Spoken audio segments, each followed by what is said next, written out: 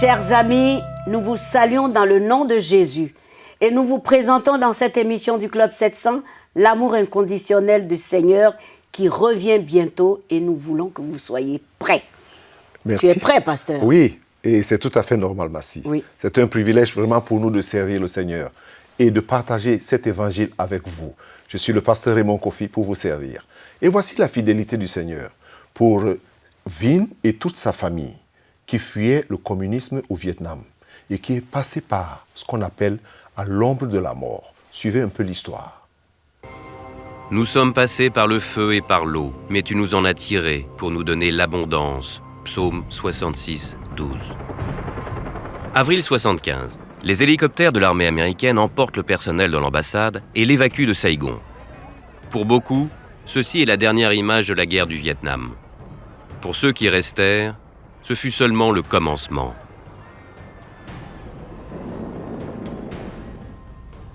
Au début, le nouveau gouvernement communiste leur déclara que leur quotidien n'allait pratiquement pas changer. Si seulement cela avait été vrai. Ils ont commencé par dire qu'ils voulaient seulement la paix. Mais ils ont graduellement fait l'inventaire de tout ce que les gens possédaient. Ensuite, les choses ont empiré jusqu'au point où ma famille a tout perdu et nous avons été mis à la porte de chez nous. À l'époque, la famille de Vinh Trung possédait une rizerie, l'une des plus importantes du delta du Mékong, et les Viet Cong voulaient leur part. En quelques mois, le gouvernement confisqua tout, et l'empire des Chung fut balayé aussi simplement que cela. Sans emploi, sans maison où s'abriter, la famille rassembla le peu qui lui restait et prit la fuite. Vinh n'avait que 3 ans et demi. Du jour au lendemain, nous avons tout perdu. Mes parents comprirent que s'ils restaient, peu importe le travail qu'ils entreprendraient, à tout moment, les communistes pourraient tout confisquer. Ils décidèrent donc que même si quitter le pays pouvait potentiellement mener à la mort, le risque valait la peine d'être couru. Parce que rester signifiait n'avoir aucun avenir. Après la chute de Saigon, beaucoup de leurs concitoyens firent la même chose. Des milliers ou même des millions de personnes quittèrent le pays. Il y en eut tant qui se dirigèrent vers le nord, en Chine, que le gouvernement chinois ferma les frontières. D'autres, fuyant par voie de terre, se dirigèrent vers l'ouest, traversant les champs de la mort du Cambodge et du Laos. La famille Chung choisit une autre option, fuir par la mer, même si aucun d'eux n'était déjà allé sur un bateau ou n'avait même vu l'océan de sa vie. Chacun pouvait emporter une petite somme d'argent, mais c'était tout. Nous avons donc vendu tout ce que nous avions pour prendre le bateau dans l'espoir d'une vie meilleure. Peu avant leur départ, la mère de Vinh fit un rêve étrange. Dans son rêve, ma mère était au marché, comme à l'ordinaire. Mais tout à coup, alors qu'elle se tournait, elle vit que tout le monde était allongé, mort. Au milieu du marché, se tenait un homme barbu, et toute personne qu'il pointait de son doigt revenait à la vie. Toujours dans son rêve, elle se mit à prier, espérant que cet homme allait s'approcher et pointer du doigt sa famille. Ce qu'il fit peu après, et nous sommes tous revenus à la vie. Depuis lors, elle ne cessa de se demander ce que cela signifiait, parce qu'il y avait quelque chose qui lui faisait dire que c'était plus qu'un simple rêve. De ceux qui ont été appelés les boat people, seule une personne sur 2 survécut. Partant avec pratiquement rien comme nourriture ou équipement, les bateaux des réfugiés étaient des proies faciles pour les pirates thaïs. Sur ces bateaux, qui étaient juste des embarcations de fortune, il y avait des femmes, il y avait des enfants, il y avait des personnes âgées, et nous n'avions aucune arme. En fait, pour les pirates, nous étions des portefeuilles flottants, ils le savaient bien.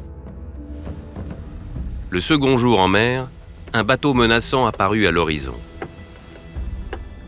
Ils sont venus et nous ont menacés avec des couteaux, des tournevis, tout ce qu'ils avaient sous la main. Ils faisaient le tour des gens, leur arrachant boucles d'oreilles et bijoux, confisquant tout ce qui avait quelque valeur. Après nous avoir pillés, ils partirent aussi vite qu'ils étaient venus et disparurent. Les réfugiés sont des gens sans pays. Dans les lieux où ils cherchent refuge, on se fatigue vite d'eux et de la charge qu'ils représentent pour les services sociaux. Lorsque la famille Chung aborda le rivage, après 3 jours en mer, elle ne fut pas exactement saluée par un comité d'accueil. Les villageois avaient appelé l'armée malaisienne pour l'informer qu'un autre bateau rempli de réfugiés s'approchait de leur côte. L'armée ne savait pas quoi faire de nous. Moins d'1 heure après leur arrivée en Malaisie, des soldats armés se mirent à battre quelques-uns des hommes, avant d'imposer une marche forcée à tout le groupe. Ils furent ainsi forcés à marcher des journées entières, sous un soleil de plomb. Ils ne nous disaient pas ce qui se passait, ni où nous devions aller. Nous étions dans une sorte de no man's land. Aucun pays ne nous réclamait. Nous étions comme dans des limbes. Et les conditions étaient si violentes que ma mère fit une fausse couche. Après quelques jours passés ainsi sur la plage, elle se mit à saigner si abondamment qu'elle perdit connaissance et faillit mourir. Après 2 semaines, les gardes malaisiens remirent la famille Chung sur un bateau qu'ils remorquèrent en mer. Ils déclarèrent qu'ils les emmenaient sur une île où se trouvait un camp de réfugiés. Après une journée de navigation, alors qu'aucune terre n'était à l'horizon, les Malaisiens rompirent les câbles, annonçant aux réfugiés qu'ils étaient désormais seuls. On nous a trahis, on nous a menti, et nous avons été abandonnés pour morts. Oui, ça c'est encore une autre histoire vraiment touchante. Quelle histoire! Ils ont vraiment... Ils ont souffert. Oui, traversé, comment on peut dire ça, de douleur en douleur, Voilà. incertitude. Ils ont frôlé la mort plusieurs fois. Et puis, ce qui est extraordinaire, c'est que le Seigneur, qui connaît les choses depuis le commencement, le Seigneur connaît la fin. Donc, le Seigneur avait déjà préparé un peu la maman. La maman, oui. Et tout le parcours, ils étaient fortifiés malgré l'adversité. En fait, les étapes, chaque étape qu'ils rencontraient ou qu'ils traversaient, il y avait toujours ces signes que la main du Seigneur était là. Exactement. Avec toute la famille. Oui. Et la préparation était d'abord intérieure. Ça faisait que, bon, malgré les douleurs, malgré les obstacles, malgré les incertitudes, surtout les incertitudes. Oui, surtout les incertitudes. C'est ce bout-là, quand on arrive au bout de quelque chose, on souffle encore, on peut dire, le Seigneur a encore agi ici. Oui. C'est surtout cette fidélité-là. Oui. C'est-à-dire la main du Seigneur, malgré les épreuves et les difficultés, il n'a pas abandonné. Ça me fait penser à cette parole de Samuel qui dit dans la parole de Dieu, Ebenezer, jusqu'à présent, l'Éternel nous a secourus. Voilà, Ebenezer, jusqu'à présent. Oui. Dieu est fidèle, les amis. Il a montré sa fidélité à plusieurs personnes, comme dans cette famille. Mais ne nous quittez pas, à tout de suite, parce que nous allons revenir pour la suite de cette histoire.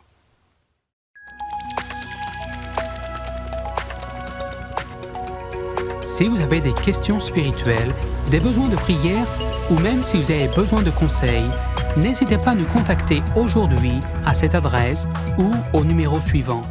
Nos conseillers sont là pour vous aider. N'oubliez pas, nous sommes là pour vous.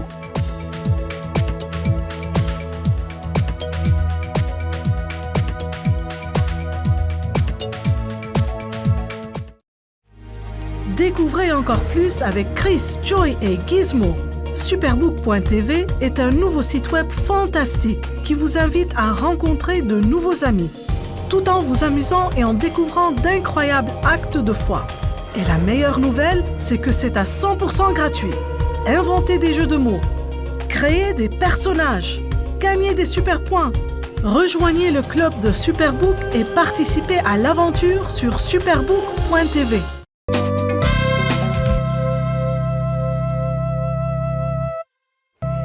Merci de nous retrouver encore, les amis, pour la suite de ce grand témoignage. Nous vous invitons à voir comment Dieu a tenu sa promesse pour la famille Vigne et tous les autres autour. Regardez. Ils ne voulaient pas nous accepter dans un camp de réfugiés. Et ils ne voulaient pas non plus nous abattre. Alors, ils se sont arrangés pour se débarrasser de nous, sans devoir rien faire de particulier. Parce qu'abandonnés en pleine mer, le résultat le plus probable est bien sûr la mort. On parle de déshydratation à partir du moment où le corps perd juste 1 ou 2% de ses réserves d'eau. Abandonnés en mer de Chine en plein mois de juillet, Vin et sa famille arrivèrent au point de déshydratation après une journée seulement. Après 5 jours en mer, les réfugiés étaient proches de la mort. On n'avait pas de nourriture, on n'avait pas d'eau. Certains étaient devenus aveugles parce que leur cornée avait été brûlée par le soleil. Certains avaient des hallucinations. Mon grand-père avait commencé à avoir des hallucinations. Les femmes à bord pensaient noyer leurs enfants, se disant que cela écourterait les souffrances qui les attendaient. Mon père s'est retourné et a vu ses enfants et toute sa famille à l'agonie. Il s'est alors mis à genoux et a prié le Dieu créateur. Presque immédiatement, des nuages se sont accumulés et l'eau est tombée du ciel. La pluie les aida à survivre, mais cela n'allait pas les aider à vivre. Il fallait aux réfugiés un autre miracle. Heureusement pour eux, celui-ci se trouvait juste à quelques kilomètres de là. Nous vîmes un grand bateau blanc au loin. Nous ne savions pas si c'était encore des pirates, mais nous étions tellement désespérés que cela n'avait aucune espèce d'importance pour nous. Je me rappelle que les adultes nous disaient de nous coucher en ayant l'air malade pour susciter la pitié de l'équipage. Ce qui est marrant, c'est que nous n'avions pas grand-chose à faire pour avoir l'air malade et désespérés. Nous étions tous déjà pratiquement morts. 2 ans plus tôt, le président de World Vision, un homme appelé Stan Mooneyham, avait acheté un vieux cargo et s'était mis à sillonner des kilomètres carrés de mer en quête de réfugiés. Il avait baptisé cette action Opération Sea Sweep. Le 9 juillet 1979, le Sea Sweep repéra Vin et sa famille très affaiblis, ballottés par les vagues à des centaines de kilomètres de toute côte. Ils sont entassés comme des sardines. C'est plein à craquer. Oh mon Dieu! Les réfugiés furent montés à bord. On les nourrit, leur offrit des couvertures et des bibles. Le père de Vin fut invité à participer à un culte en compagnie de l'équipage. À ce moment-là, il comprit qu'il s'agissait du Dieu qui avait fait tomber la pluie lorsque nous en avions eu le plus besoin pour assouvir notre soif. Maintenant, nous voulons remercier Dieu d'avoir rendu possible notre rencontre à tous. C'était ce Dieu qui avait été à l'œuvre pendant tout ce temps pour que l'équipe de World Vision vienne nous chercher et nous secourir avec leur bateau blanc. À l'époque, le président Jimmy Carter avait déclaré que tout réfugié recueilli par un bâtiment appartenant à un Américain avait la garantie d'être accueilli par les États-Unis. Ainsi, quelques mois après avoir été secourus, Vin et sa famille arrivèrent dans leur nouveau foyer à Fort Smith, dans l'Arkansas. Très vite, ils trouvèrent un lieu où ils pourraient s'intégrer, une église proposant un culte en langue vietnamienne. La famille décida de s'y rendre et eut du mal à croire ce qu'elle y découvrit. Dans cette église, ma mère vit un tableau représentant le Christ. En le voyant, elle comprit aussitôt que c'était l'homme qu'elle avait vu dans son rêve. Son nom était Jésus. C'était l'homme qui avait fait revenir les morts à la vie. Ceux qui meurent peuvent recevoir une nouvelle vie grâce à lui. La famille Chung tira parti de cette nouvelle vie en Amérique. Le père de Vin travaillait dur pour nourrir tout son petit monde, composé de 10 personnes. Vin se donna pleinement aux études et termina major de sa promotion. Il étudia ensuite à Harvard et devint médecin. Il y a quelques années, il retourna au Vietnam. Il y rencontra des cousins et d'autres membres de sa famille qui n'avaient pas pu quitter le pays. J'ai visité des huttes au toit de paille, sans électricité, sans eau courante. C'est à ce moment que j'ai réalisé que même si j'avais beaucoup travaillé pour arriver là où j'en suis, je n'ai vraiment aucun mérite. J'ai alors pensé à Luc 12, au verset 48.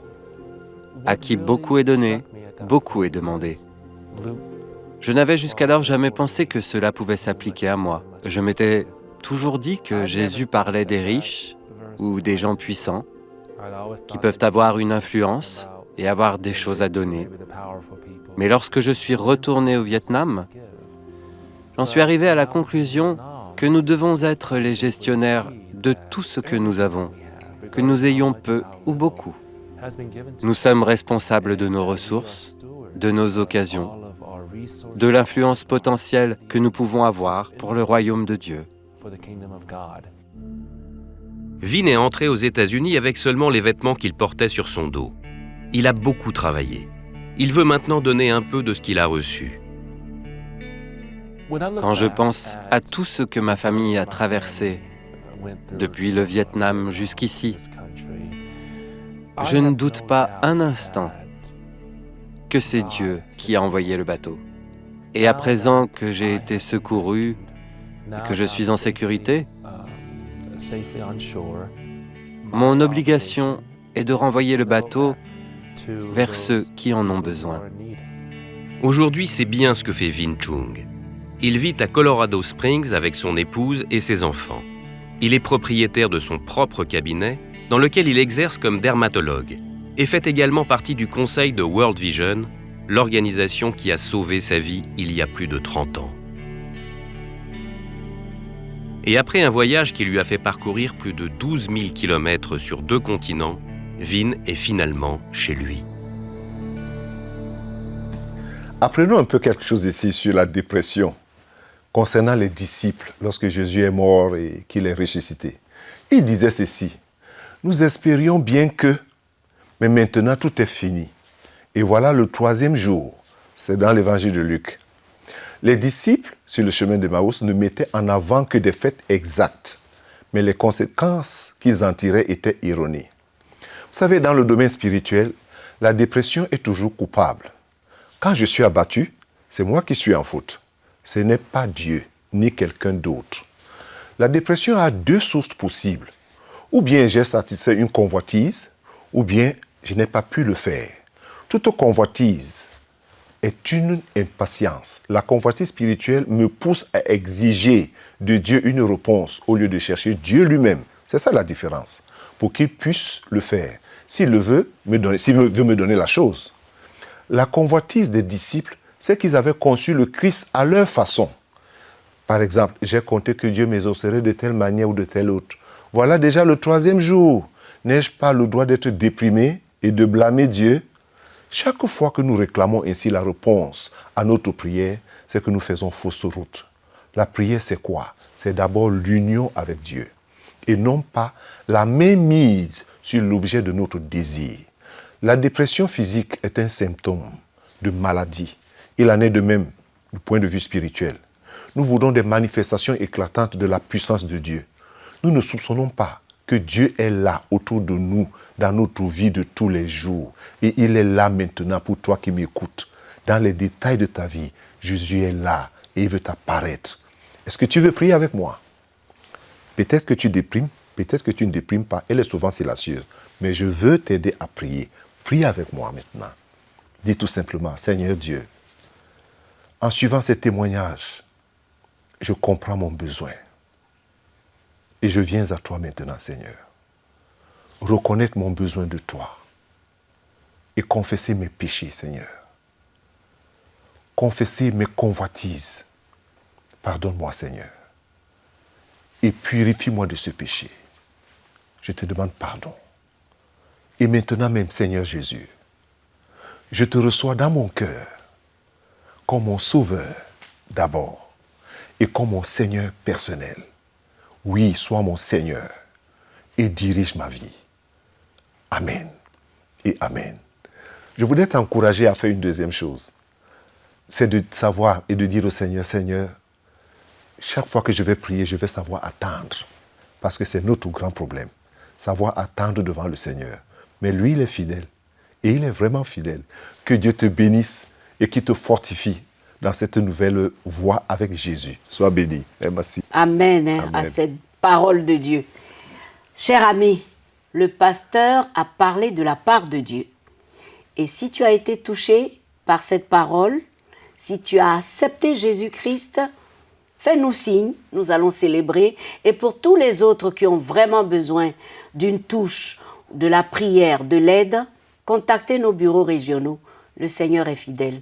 Ne nous quittez pas, à tout de suite.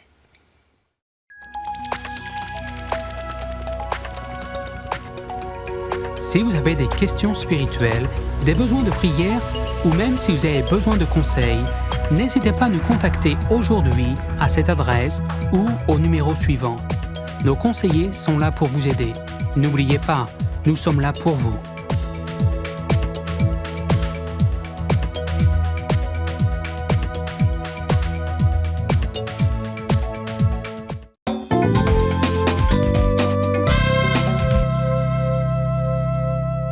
Les amis, merci de nous retrouver au Club 700 pour votre rubrique préférée, les réponses à vos questions par votre ami le pasteur.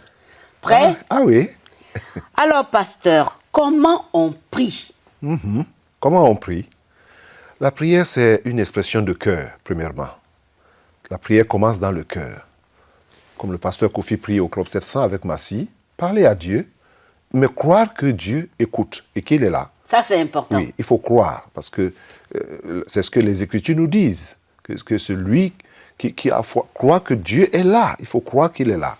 Et s'exprimer simplement, sans artifice, sans essayer de... Puisqu'il connaît déjà tout ce que nous pensons. Oui. Quelqu'un a dit, Dieu connaît nos besoins, mais il exauce nos prières. C'est-à-dire que Dieu attend que nous parlons.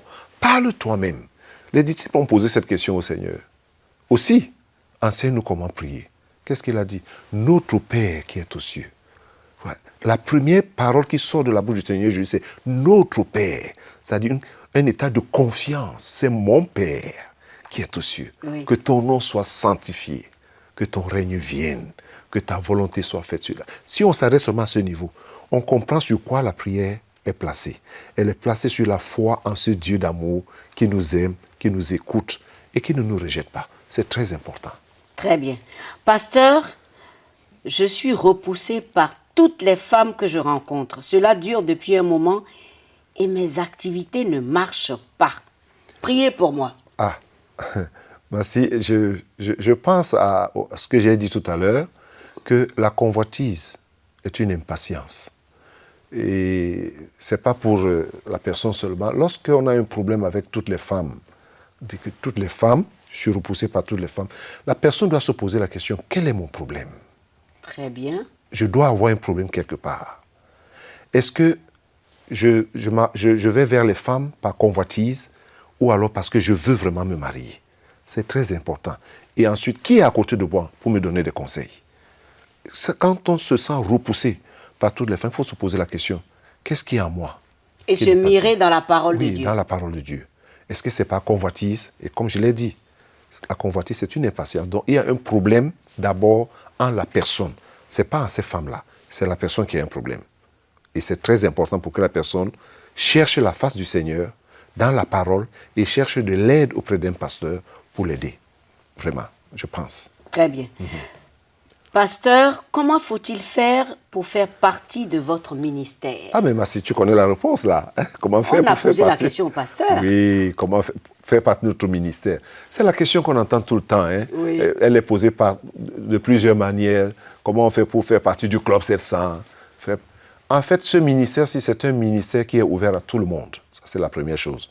C'est un ministère qui n'est pas une église ou une dénomination.